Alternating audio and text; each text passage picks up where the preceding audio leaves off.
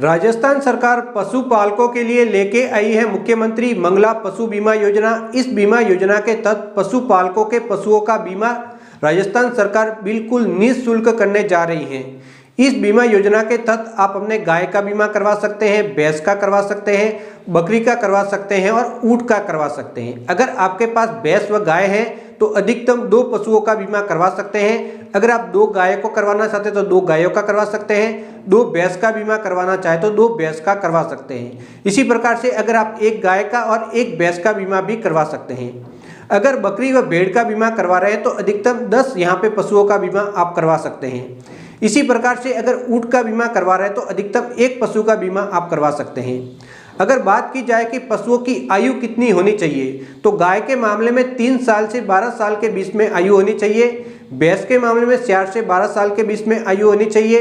अगर आपके पास बकरी व भेड़ है तो 1 से 6 साल के बीच में आयु होनी चाहिए। और अगर आपके पास ऊँट है तो उसकी आयु 2 से 15 साल के बीच में होनी चाहिए, तभी आपके पशुओं का बीमा हो सकता है।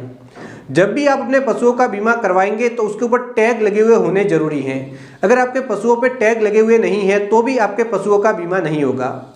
पशुओं का बीमा करवाने के लिए आपको ऑनलाइन आवेदन करना होगा।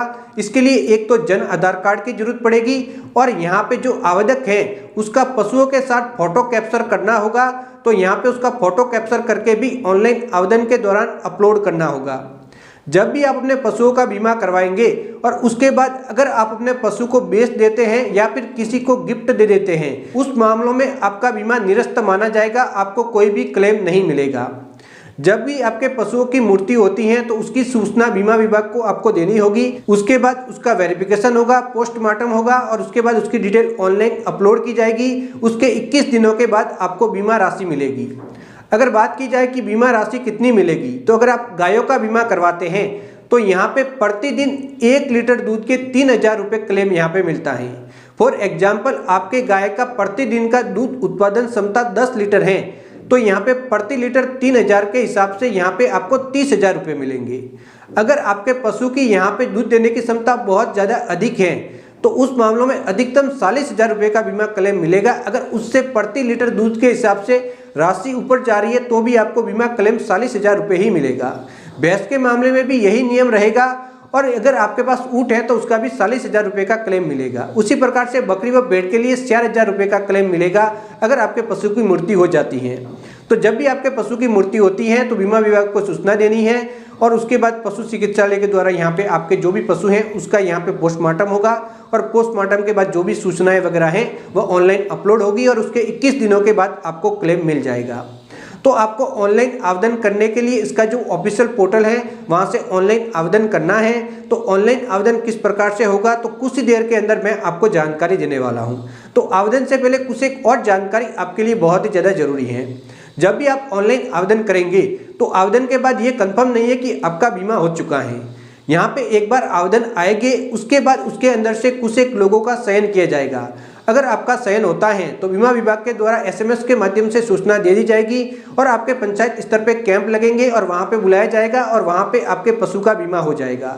तो इस बात का ध्यान रखना है कि आवेदन किया है इसका मतलब ये नहीं कि आपका बीमा हो चुका है। आवेदन के बाद भी आगे की प्रक्रिया रहेगी। एक बार जैसे ही यहाँ पे कैंप के अंदर जाने के बाद आपके बीमा का प्रोसेस कंप्लीट हो जाएगा तो SMS के माध्यम से आपको यहाँ पे बीमा की सूचना दे दी जाएगी कि आपके पशुओं का बीमा हो चुका है। तो उसके बाद आपके पशुओं की कभी भी मृत्यु होगी तो आपको बीमा क्लेम जरूर मिलेगा। तो राजस्थान सरकार पशुपालकों के लिए बहुत ही बड़ी योजना लेके आई है।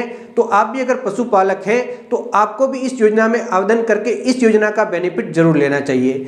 इस योजना के तहत फिलहाल के लिए जो आवेदन की अंतिम दिनांक है वह 12 जनवरी है। तो 12 जनवरी से पहले आपको अपना आवेदन कर लेना है और आसपास के पशुपालकों को भी बता देना है कि आप भी जल्द से जल्द आवेदन करवा के इस योजना का बेनिफिट ले सकते हैं। तो आइए दोस्तों चलते हैं कंप्यूटर स्क्रीन पे और जानते हैं कि इस योजना के अंदर ऑनलाइन आवेदन किस प्रकार से होगा।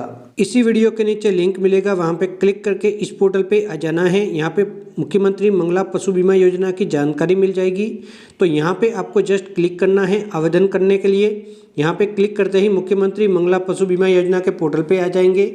यहाँ पे आने के बाद रजिस्ट्रेशन का ऑप्शन दिखाई देगा, यहाँ पे क्लिक करना है।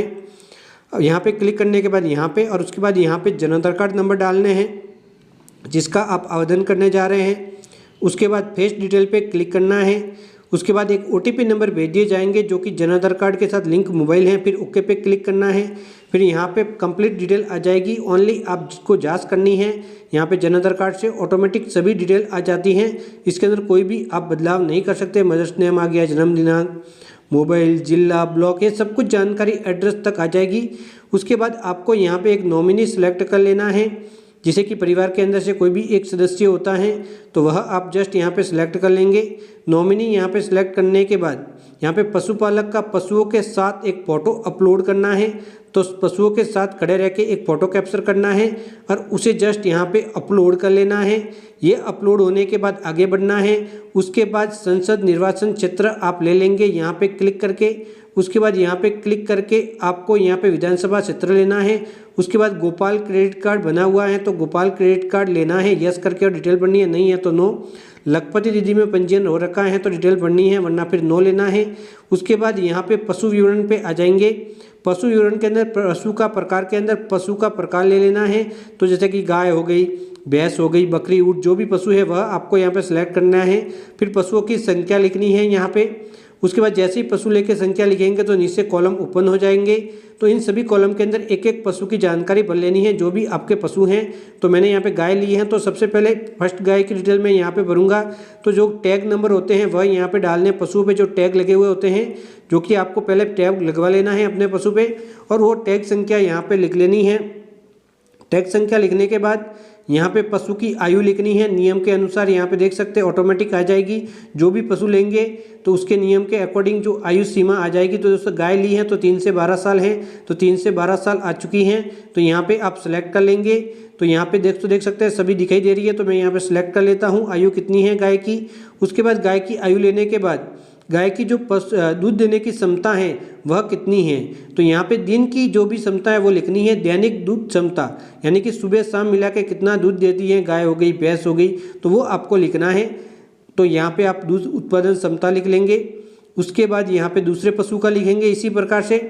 अगर आपने बकरी ली है तो बकरियों की जानकारी भरेंगे, भेड़ ली है तो भेड़ की भरेंगे।